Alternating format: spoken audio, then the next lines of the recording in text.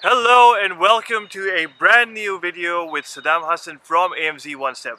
Let me ask you guys something. Are you interested in knowing a sure shot way to boost your sales and land your product on the very first page? Well, it is no secret. I am indeed talking about the greatest of all catalysts called the PPC. So Amazon's pay-per-click advertising campaign, or as many of us call it, PPC, is the most effective way to get sales velocity. As you get more sales, you will get more profits, and these sales in return will help you rank your product. So in this video, we're going to be covering the next few things. Number one, how PPC advertising actually works. Number two, the main difference between a manual and auto campaign. 3, optimizing your ad campaign. And number 4, key metrics that help you evaluate your ad's performance. So when you advertise your private label product, Amazon shows your ad to potential buyers depending on the keyword and your product category. Essentially, sellers are bidding on keywords that are search terms, and every time someone clicks on their listing, they get charged for it. The higher the bid, the more impressions you're going to get on your listing, and eventually more impressions lead to more sales. Amazon does a really good job by providing suggested bids for each keyword you put in your campaign.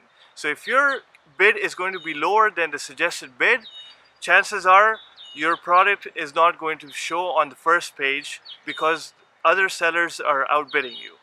Go ahead, try searching for a product, and you'll see that under some of the listings there's going to be a sponsored sign underneath the title, and that shows you that they're running PPC campaign.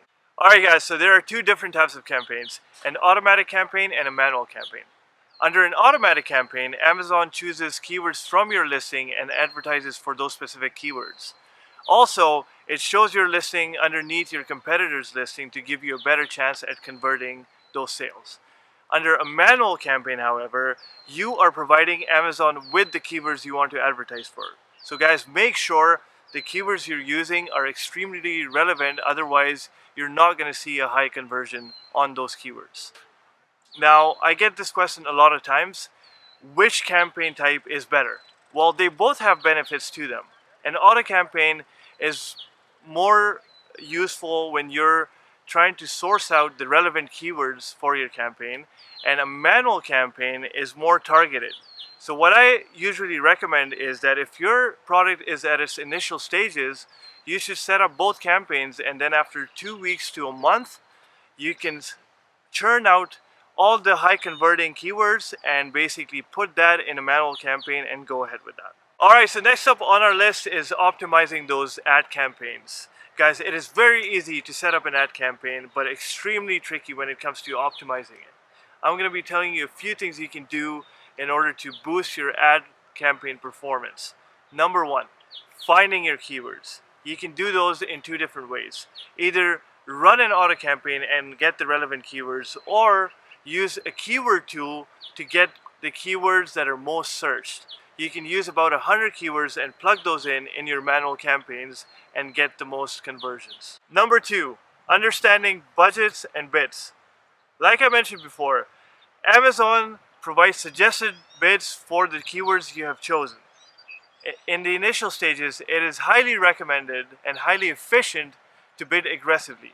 I would even recommend going 10 to 20% higher than the suggested bid. The way you do this is by selecting all your keywords and applying the suggested bid to it, and afterwards using Bid Plus to mark it up by a certain percentage. Your budget should be about 20 times the highest bid that you have going on. Let it stay there, observe it for a few days, and then after a few days you can always reduce your bids. Guys, don't worry. The budget you set on a daily basis, you're not going to be using this. It is highly unlikely to go through 50 or 100 bucks just on PPC. Number 3, cutting out the non-performing keywords. So now you've had your ad campaign run for a week or two, and you're accumulating all of that good data that is giving you a pattern to basically break down. So the first thing you want to do is raise the bid on the keywords that are converting, and you can offset this cost by removing the keywords from your manual campaign that are not giving you any sales. And this leads into our 4th point, reducing the bid after you've ranked for your product. Now Amazon gives you a range for each bid. Being on the higher spectrum of that bid will give you more impressions, but if you've already ranked for your product, you're getting those impressions already. So reduce your bid, and with those reduced bid, you can get a good combination of organic sales and sales from your PPC campaign. Number 5, optimize your listing. If you want to convert those clicks into sales, your listing has to be fully optimized. Think about it, if there is a visitor on your listing, you've already been charged for that click. So you need to make sure that visitor turns into a buyer. The way you do that is to have your listing fully optimized.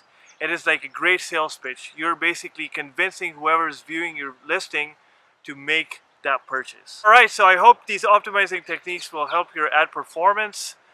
Before we end this video, I am going to quickly go through a few important metrics. So you guys know about impressions and clicks already because we've talked about it so much throughout the video.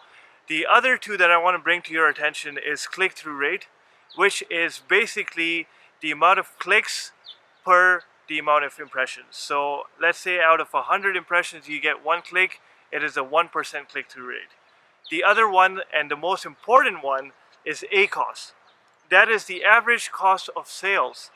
So how much are you spending per each sale? It is in a percentage. So if you're spending $5 for each sale and your product is listed at $20, you're basically having an ACoS of 25%. Now, what do you want to measure it against? You should measure it against your gross profit percentage. So if you're making roughly $5 on that $20 product, your gross profit percentage is 25%. So your ACoS should ideally be either 25% to break even or lower than that. Alright guys, so we've got some work to do. You guys go ahead and optimize that campaign. Tell me all about it in the comment section. I'm gonna go take a quick dip in that pool or lake at the back. It is 30 degrees out here, scorching heat, and I need a break from all of this. So until next time, see ya.